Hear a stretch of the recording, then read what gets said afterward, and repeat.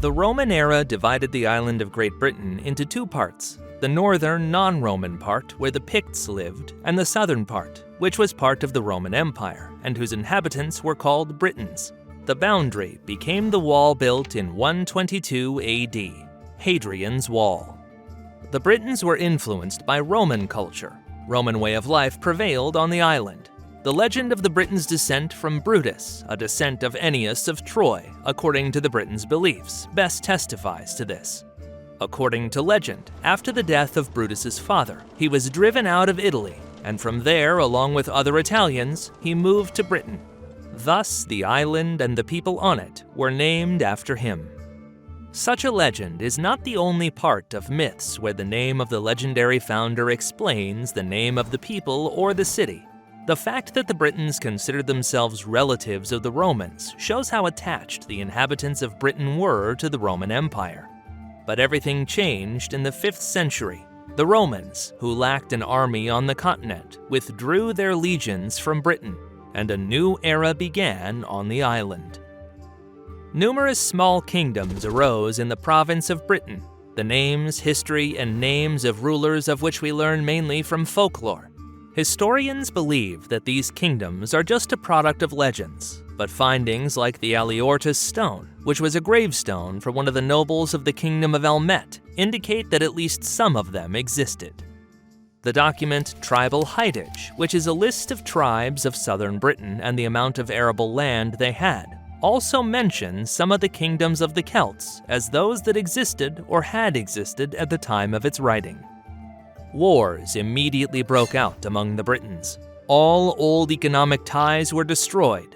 In addition, raids by the Picts from the north began.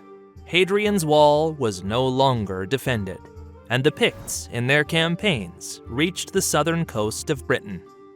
Soon, Germanic invaders began to arrive on the island. According to legends, in 459 AD, King Vortigern of the Cantii tribe called the Jutes to help him restore order. The Jutes were led by two brothers, Hengist and Horsa. Eventually, they were able to overcome all of Vortigern's enemies, and then they turned against him, after which they established the kingdom of the Conquerors on the lands of the Cantii, which would later become known as the Kingdom of Kent.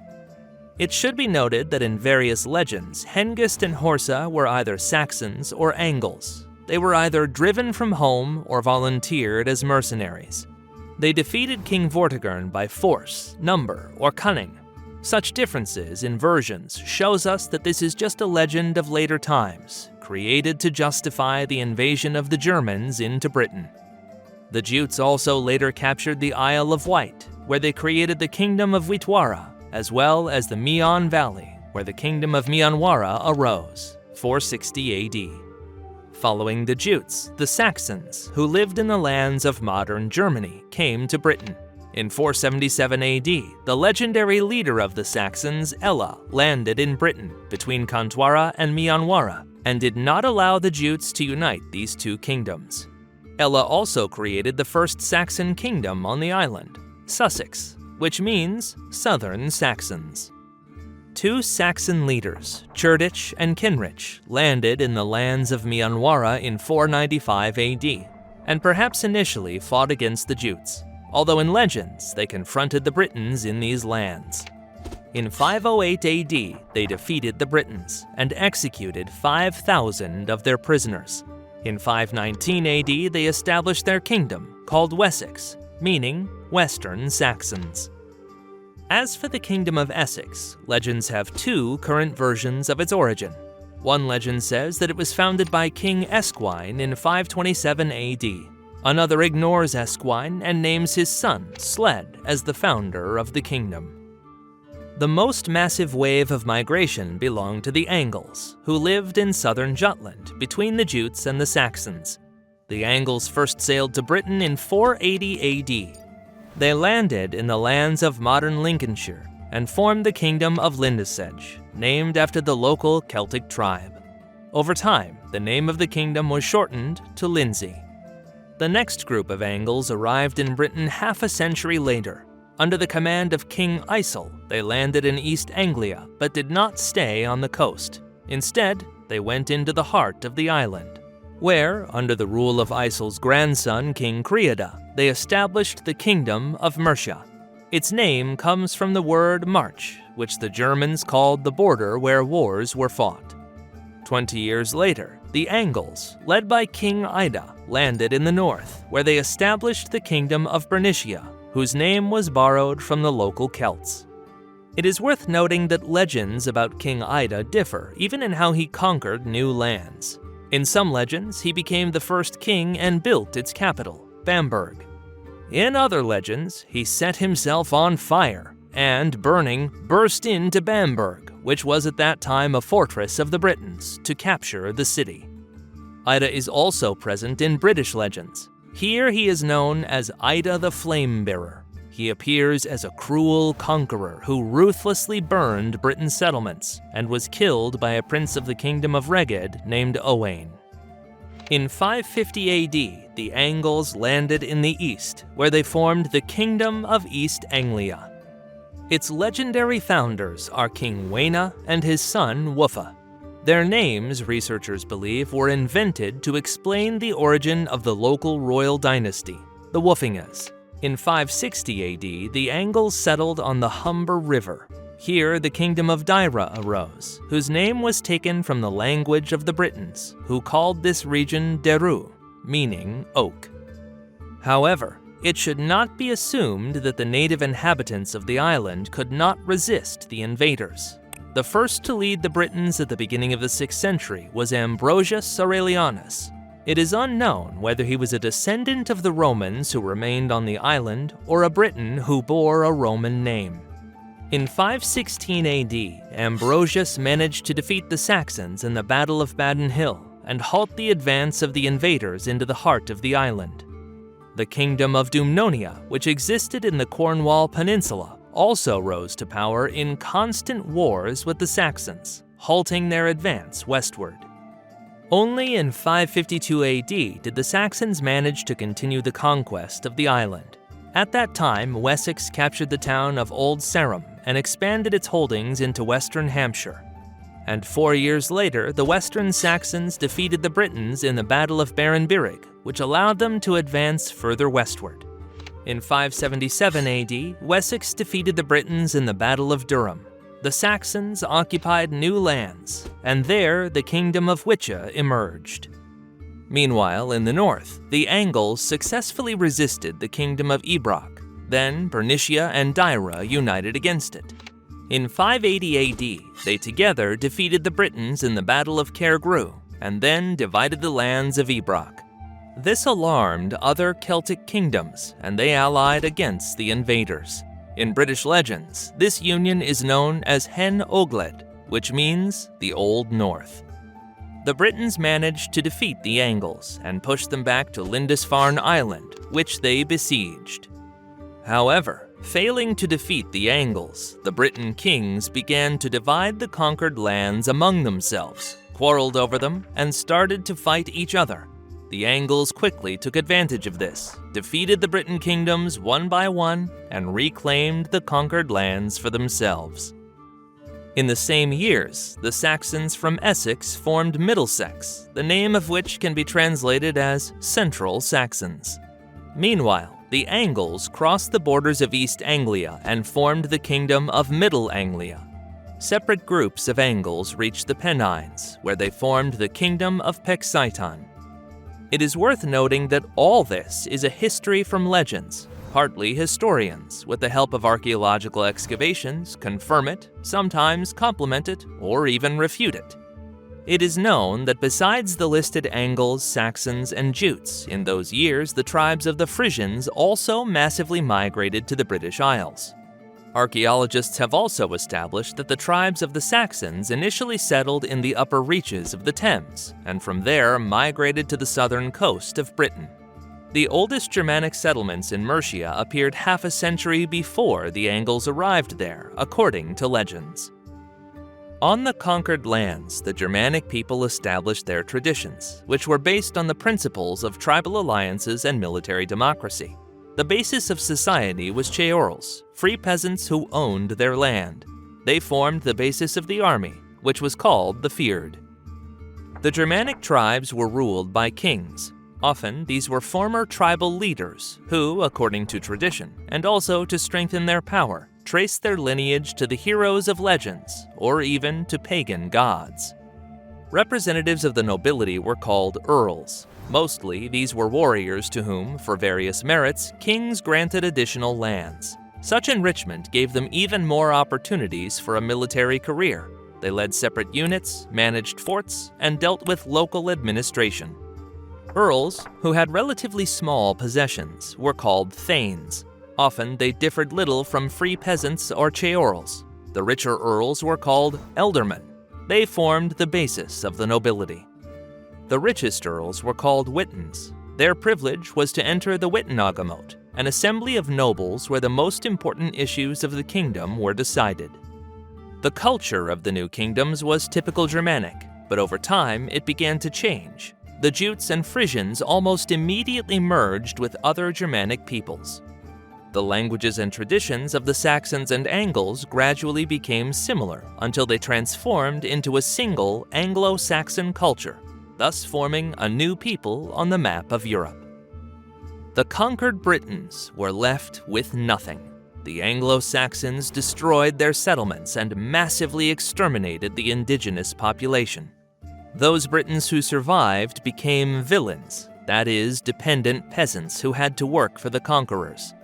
There was practically nothing left of the material culture of the Britons on the abandoned lands.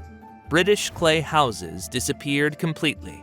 Instead, wooden houses of Anglo-Saxon type were built. Christianity almost vanished from the island, and Roman cities fell into ruin. Anglo-Saxons called the Britons Welsh, which means foreigners. The Britons called themselves Timraig, which can be translated as people who speak the same language. Behind the Britons on the island remained the regions of Cornwall, Wales, Strathclyde, and the Isle of Man. A significant part of the Britons, fleeing from the Germanic peoples, escaped to the Brittany Peninsula. The cruelty with which the invaders exterminated the indigenous population created in the folk epic the legend of King Arthur, who ruled shortly before the arrival of the Anglo-Saxons. He embodied all the qualities of a good ruler who bravely defended his kingdom. According to legend, Arthur did not die, but only fell asleep to awaken when Britain needed a hero and save it. King Arthur became not just a part of European legends about the sleeping king. He entered Anglo-Saxon legends, where he became a phenomenon of world literature and the most recognizable character in British myths. In 597, missionaries from the Pope arrived in Kent. They persuaded King Ethelbert I to accept Christianity, and Canterbury, the capital of the kingdom, became the religious center of Britain, from where the Christianization of the Anglo-Saxons began. In addition to the Pope's missionaries, a letter also came to King Ethelbert, where the name Land of the Angles, Anglaland, was used for the first time. It initially became a church name, but later passed into all other documents. This is how the name of the country, England, was established. In 593, Ethelfrith became the king of Bernicia. As a talented military leader, he reformed the army, dividing it into a professional force from among the earls and a militia, feared from the peasants. In 599, the Welsh again united against the Angles. They gathered significant forces, including foreign nationals, and the main advantage was 300 horsemen, a formidable military force at that time.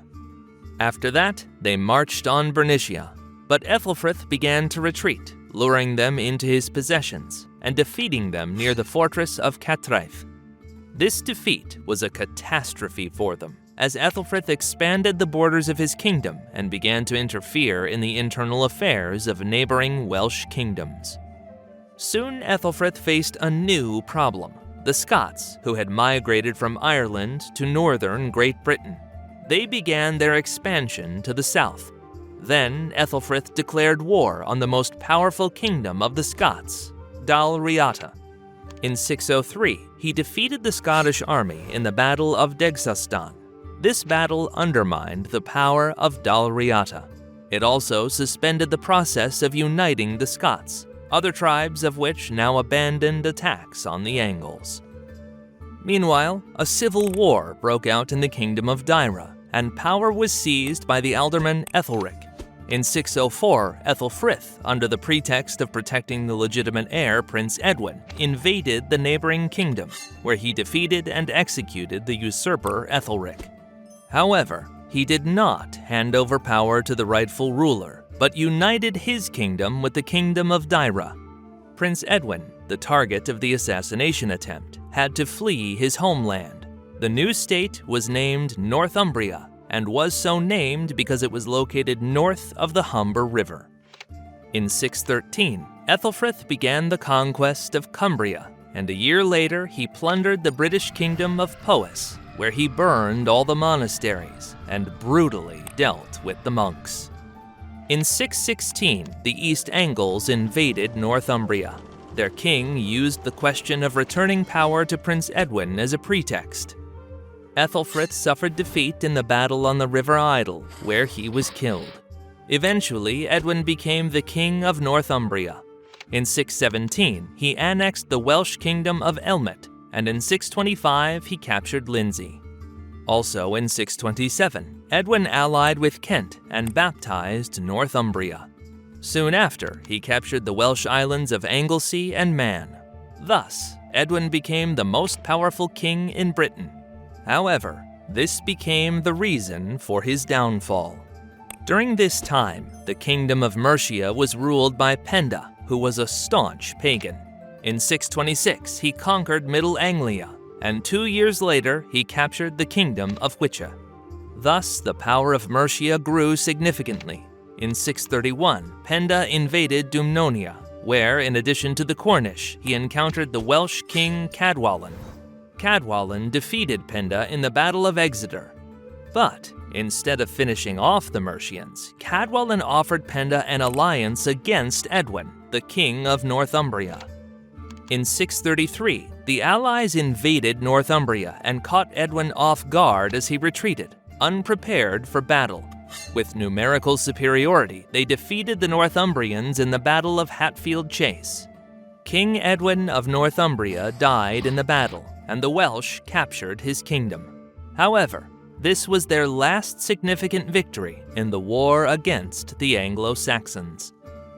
At the same time, in the north of Northumbria, Oswald, the son of the former king Ethelfrith, dreamed of reclaiming his father's inheritance and was gathering an army for this purpose.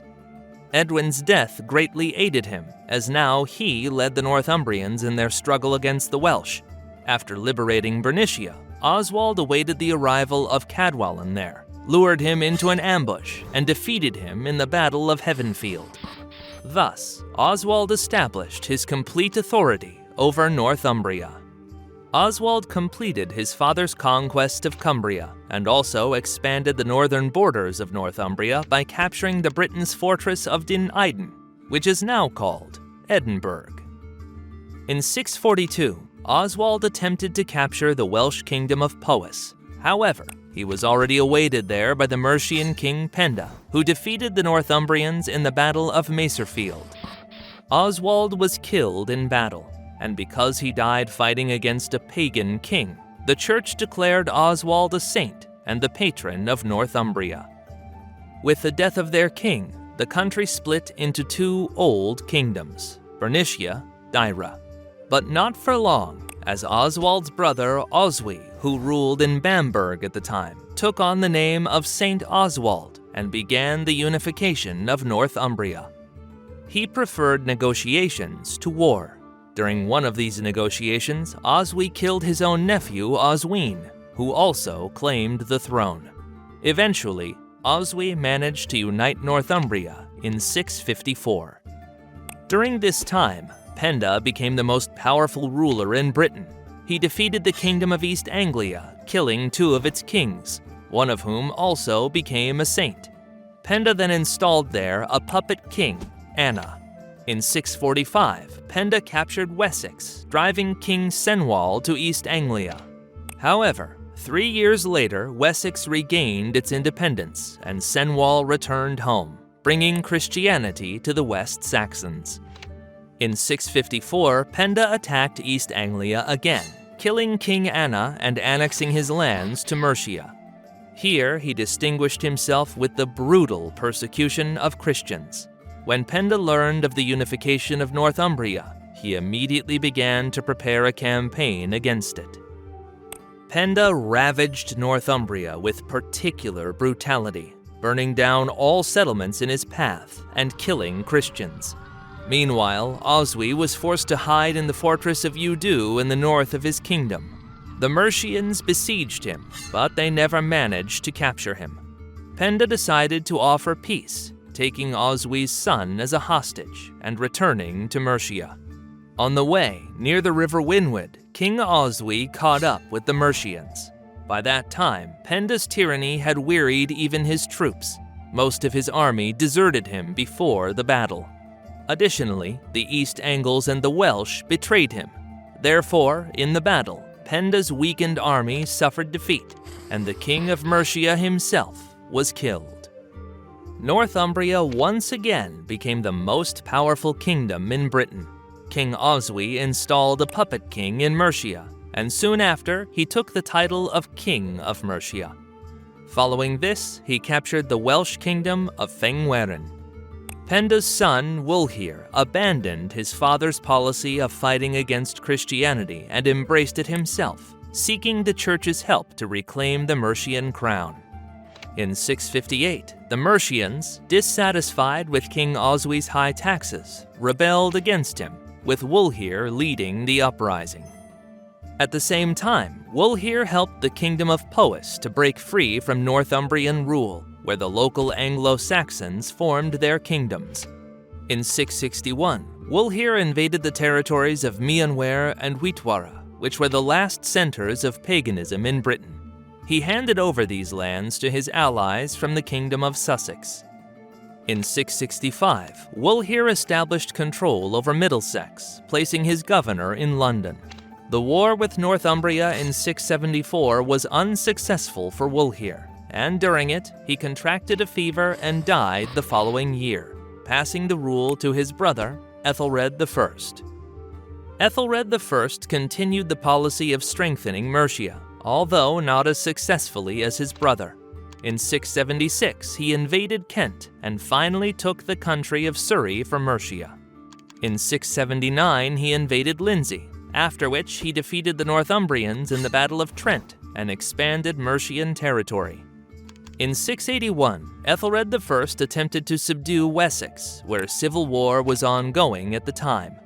However, his intervention only united the West Saxons around Prince Cadwalla, who became the King of Wessex in 685 and defeated the Mercians. The following year, Cadwalla defeated Ethelred I's allies, the Kingdom of Sussex, and took their Jutish lands. Ethelred I's last successes were the annexation of the Wicha, Reoconsate, and Magansate to Mercia around 700. At the same time, Wessex finally managed to conquer the Cornish Dumnonia. By the beginning of the 7th century, there were 7 Anglo-Saxon kingdoms in Great Britain. This period of their formation and existence in English history is called the Heptarchy. It became iconic for the English, influencing their culture, politics, and traditions. In the future, the Anglo-Saxons faced a process of consolidation, which would intensify due to the invasion of another group of conquerors, the Great Heathen Army of the Vikings.